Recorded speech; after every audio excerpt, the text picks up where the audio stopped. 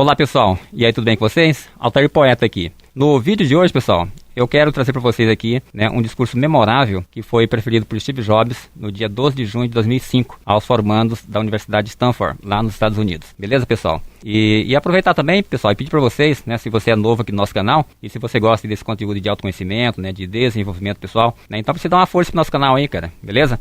Então dando um like aí no vídeo, compartilhando com seus amigos, e se inscrevendo também no canal, assinando aí o sininho das notificações, para que você possa estar recebendo aí as informações sobre os nossos próximos vídeos. Beleza, pessoal? Bom, então é o seguinte, fica comigo até o final desse vídeo, tá? Porque esse conteúdo aqui ele é muito interessante e ele tem tudo a ver com você. Beleza, pessoal? Bora lá?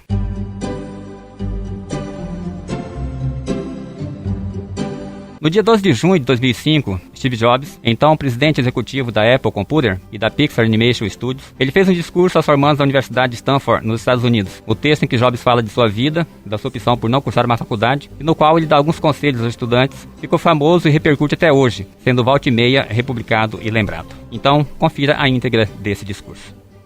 É preciso encontrar o que você ama. Eu estou honrado por estar aqui com vocês em sua formatura por uma das melhores universidades do mundo. Eu mesmo não concluí a faculdade. Para ser franco, jamais havia estado tão perto de uma formatura até hoje. E eu pretendo lhes contar 3 histórias sobre a minha vida agora. Só isso, nada demais, são apenas 3 histórias. A primeira é sobre ligar os pontos. Eu larguei o Reed College depois de um semestre, mas continuei assistindo algumas aulas por mais de 18 meses, antes de desistir de vez. Mas por que eu desisti? Tudo começou antes de eu nascer. A minha mãe biológica era jovem e não era casada. Estava fazendo doutorado e decidiu que me ofereceria para adoção. Ela estava determinada a encontrar pais adotivos que tivessem educação superior. E por isso, quando eu nasci, as coisas estavam armadas de forma a que eu fosse adotado por um advogado e sua mulher. Mas eles terminaram por decidir que preferiam uma menina. Assim, meus pais, que estavam em uma lista de espera, receberam um telefonema em plena madrugada. Nós temos um menino inesperado aqui, vocês o querem? Os dois responderam, é claro que sim. Minha mãe biológica descobriu mais tarde que minha mãe adotiva não tinha diploma universitário e que meu pai nem mesmo tinha diploma de 2º grau. Por isso se recusou a assinar o documento final de adoção durante alguns meses. E só mudou de ideia quando eles prometeram que eu faria um curso superior.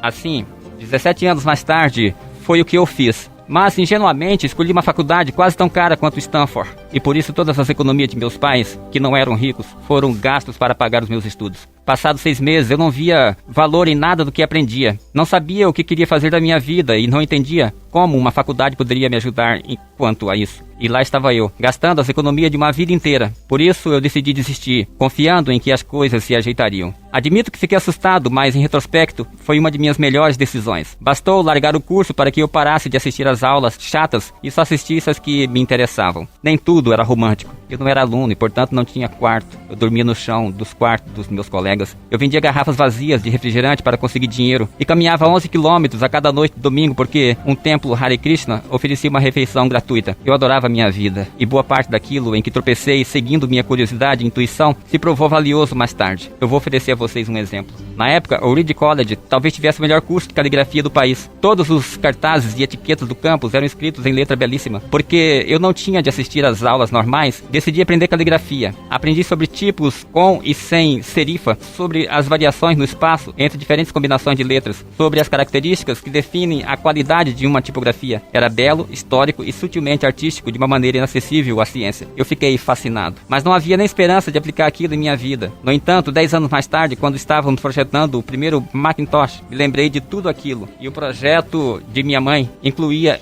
esse aprendizado. Foi o primeiro computador com uma bela tipografia. Sem aquele curso, o Mac não teria múltiplas fontes, e porque o Windows era só uma cópia do Mac, talvez nenhum computador viesse a oferecê-las sem aquele curso. É claro que conectar os pontos era impossível na minha era de faculdade, mas em retrospecto, 10 anos mais tarde, tudo ficava bem claro. Repito, os pontos só se conectam em retrospecto. Por isso é preciso confiar em que estarão conectados no futuro. É preciso confiar em algo, seu instinto, destino, karma, não importa. Essa abordagem jamais me decepcionou e mudou os rumos de minha vida. A segunda história é sobre amor e perda. Eu tive sorte. Eu descobri o que amava bem cedo na vida. O Oz e eu criamos a Apple na garagem dos meus pais quando eu tinha 20 anos. Trabalhávamos muito e em 10 anos a empresa tinha crescido de 2 pessoas e uma garagem a 4.000 pessoas e 2 bilhões de dólares. Havíamos lançado nossa melhor criação, o Macintosh, 1 ano antes e eu mal completara 30 anos. Foi então que eu terminei despedido. Mas como alguém pode ser despedido da empresa que criou? Bem, à medida que a empresa crescia, contratamos alguém supostamente muito talentoso para dirigir a Apple comigo. E por 1 ano as coisas foram bem, mas as nossas visões sobre o futuro começaram a divergir e terminamos rompendo. Mas o conselho ficou com ele. Por isso, aos 30 anos, eu estava desempregado e de modo muito público. O foco de minha vida adulta havia desaparecido e a dor foi devastadora. Por alguns meses eu não sabia o que fazer. Sentia que havia desapontado a geração anterior de empresários, derrubado o bastão que havia recebido. Desculpei-me diante de pessoas como David Parker e Rob Noyce. Meu fracasso foi muito divulgado e pensei em sair do Vale do Silício. Mas logo percebi que eu amava o que fazia. O que acontecera na Apple não mudou esse amor. Apesar da rejeição, o amor permanecia e por isso eu decidi recomeçar. Não percebi na época, mas ser demitido da Apple foi a melhor coisa que poderia ter me acontecido. O peso do sucesso foi substituído pela leveza do recomeço. Isso me libertou para um dos mais criativos períodos de minha vida. Nos 5 anos seguintes, eu criei 2 empresas, a Next e a Pixar, e me apaixonei por uma pessoa maravilhosa que veio a ser a minha mulher. A Pixar criou o primeiro filme animado por computador, Toy Story, e é hoje o estúdio de animação mais bem sucedido do mundo. E estranhamente, a Apple comprou a Next. Eu votei a empresa e a tecnologia desenvolvida na Next é o cerne do atual renascimento da Apple. E eu e Laurene temos uma família maravilhosa. Estou certo de que nada disso teria acontecido sem a minha demissão. O sabor do remédio era amargo, mas eu creio que o paciente precisava dele. Quando a vida joga pedras, não se deixa abalar. Estou certo de que meu amor pelo que fazia é que me manteve ativo. É preciso encontrar aquilo que vocês amam. E isso se aplica ao trabalho tanto quanto à vida afetiva. Seu trabalho terá parte importante em sua vida. E a única maneira de sentir satisfação completa é amar o que vocês fazem. Caso ainda não tenham encontrado, continuem procurando. Não se acomodem, como é comum nos assuntos do coração. Quando encontrarem, vocês saberão. Tudo vai melhorar. Com o tempo, continuem procurando.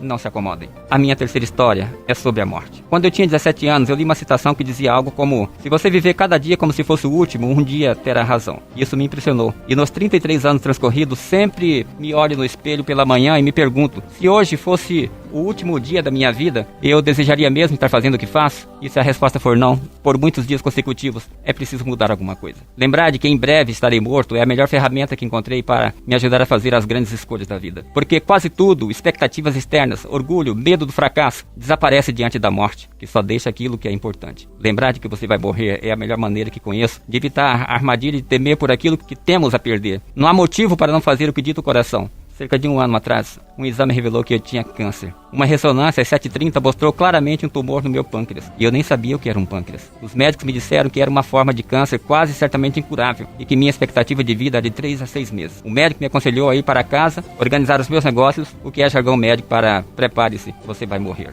Significa tentar dizer aos seus filhos em alguns meses tudo que você imaginava que teria anos para lhes ensinar. Significa garantir que tudo esteja organizado para que sua família sofra o mínimo possível. Significa se despedir. Eu passei o dia todo vivendo com aquele diagnóstico. Na mesma noite, uma biópsia permitiu a retirada de algumas células do tumor. Eu estava anestesiado, mas minha mulher, que estava lá, contou que quando os médicos viram as células ao microscópio, começaram a chorar, porque se tratava de uma forma muito rara de câncer pancreático, tratável por cirurgia. Eu fiz a cirurgia e agora eu estou bem. Nunca havia chegado tão perto da morte e espero que mais algumas décadas passem sem que a situação se repita. Tendo vivido a situação, posso lhes dizer o que direi com um pouco mais de certeza que quando a morte era um conceito útil, mas puramente intelectual. Ninguém quer morrer. Mesmo as pessoas que desejam ir para o céu prefeririam não morrer para fazê-lo, mas a morte é o destino comum a todos. Ninguém conseguiu escapar a ela. E é certo que seja assim, porque a morte talvez seja a maior invenção da vida. É o agente de mudança da vida. Remove o velho e abre caminho para o novo. Hoje vocês são novo, mas com o tempo envelhecerão e serão removidos. Eu não quero ser dramático, mas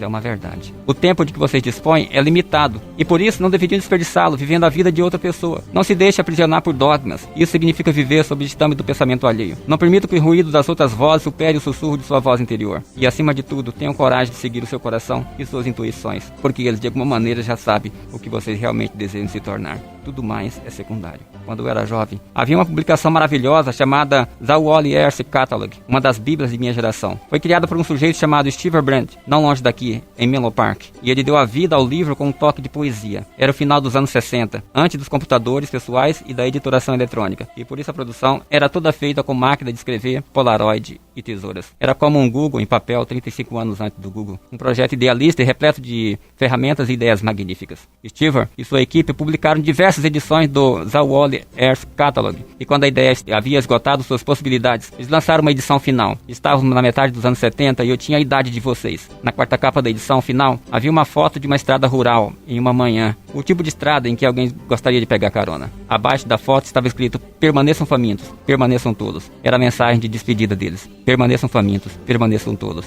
Foi o que eu sempre desejei para mim mesmo, e é o que desejo a vocês em sua formatura e em seu novo começo. Mantenham-se famintos, mantenham-se todos. Muito obrigado.